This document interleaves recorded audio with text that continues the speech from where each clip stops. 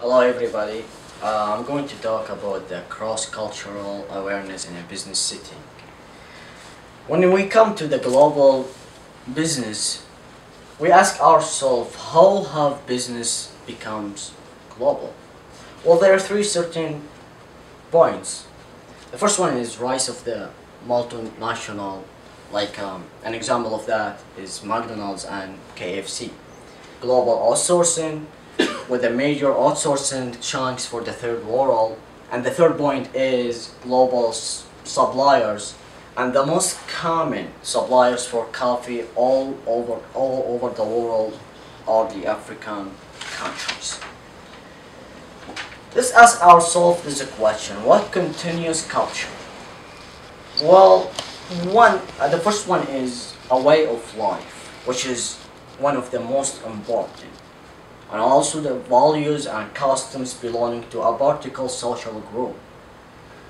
Beliefs and values, artifacts and symbols, language, dresses and laws.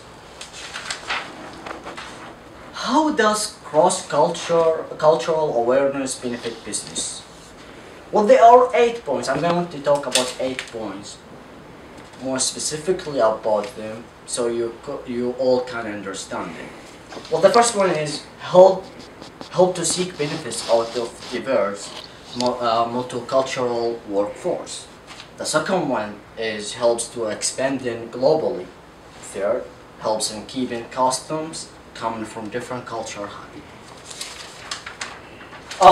Enhances competitive position globally, understanding behaviors on a global level, helps reduce bias and prejudice, and helps in understanding the role of culture in decision making, and finally is helps in understanding political and diplomatic dynamics. Let's ask ourselves this question: how to develop cross-cultural awareness? Well, let's see. Gain an understanding of the language, which is important to know the other language if you want to make an international business, right? Right? Of course. Gain an understanding about the living and working conditions. Gain knowledge to specifically understand the cultural differences, and we all know the differences between the whole cultures, and we gotta understand them, respect them, and deal with them. Which medium to use? Well, media, book and magazine, people who have been there, done that, who are the experts, right? Gain an understanding of basic geography, politics, and etiquettes like table manners. Which area to look specifically? Gift giving etiquette, meeting etiquette, evening etiquette, and negotiating skills. I'm going to talk about a country called Brunei, where it's located on Southeastern Asia, bordering the South Chinese Sea and Malaysia. I'm going to give you basic statistic about Brunei before I go more general or more specifically on this country. The capital of Brunei is Bandar Sri Begawan. The climate is tropically hot, humid, and population are 381,371, and they are different ethnic in this country, Brunei. Malay is 66.3%, Chinese are 11.2%, Indonesian 3.4%, and other are 19.1%. Wow. Religions: Muslim 67%, Buddhist 13%, Christian at 10%, and others are 10%. Let's go deeply and this country Brunei, meeting it Kuwait. The common greeting depends upon the ethnic origin and the age of the person. Many men you meet will have adopted the Western concept of shaking hands. Ethnic Malay men shake hands with one another, but men and women don't traditionally shake hands. Because of what? Because they are Muslim and the religion, the Islamic religion says that men and women cannot shake their hands because the woman becomes the foreign women to them. Are you talking about that guys that girls they use to be with their hijab? Yeah, exactly. Oh, okay. And Brunei has 66% of them are Muslim. Oh, So yes. great.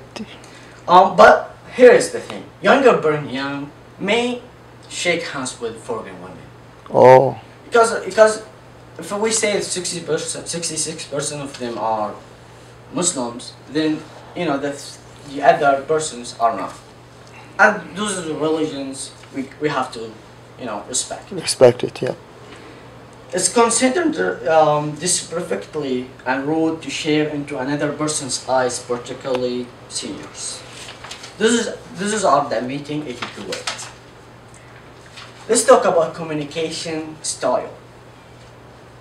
Burnian communications is formal and respectful, especially to those senior in age or position. They respect, the old people.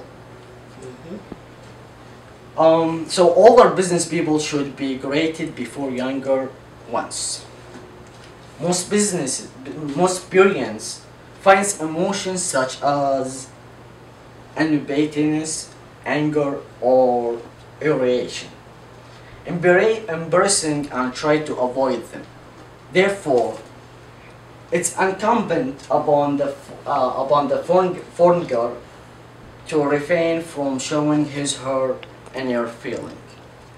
Tone of voice, body of language, eye contact, and facial expressions can often be more important than what is actually said, and therefore it's important to observe the person as they speak.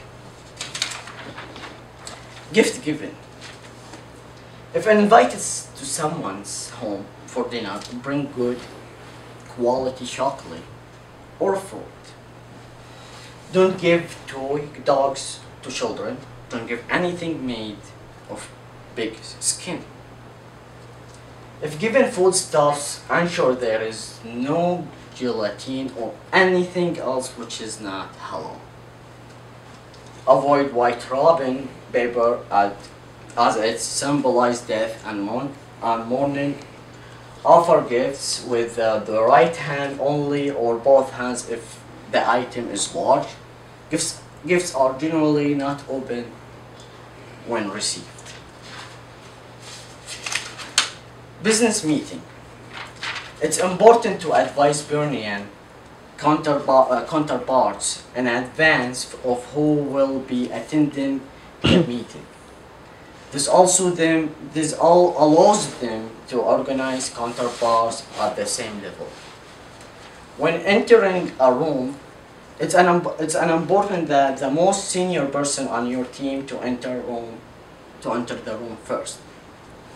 They are senior, they're leaders, they have to go first. It's quite common for the most senior person from each side to sit opposite each other at the table. Typically, the most senior Burnian will offer a brief welcoming speech. Although, you need not to do the same. Having a few welcoming words will prove you as a competent leader. At the first meeting between two companies, Burnian often don't get into in-depth discussions. Meeting any extent into business meals, although businesses will generally not be discussed. Similar to most Asian cultures, Burnian are in direct communication equally concerned with the message as with the manner in which it's delivered. Since Persians have difficultly given an absolute negative response, they have many ways of giving non-commercial yes. Thank you for your attention.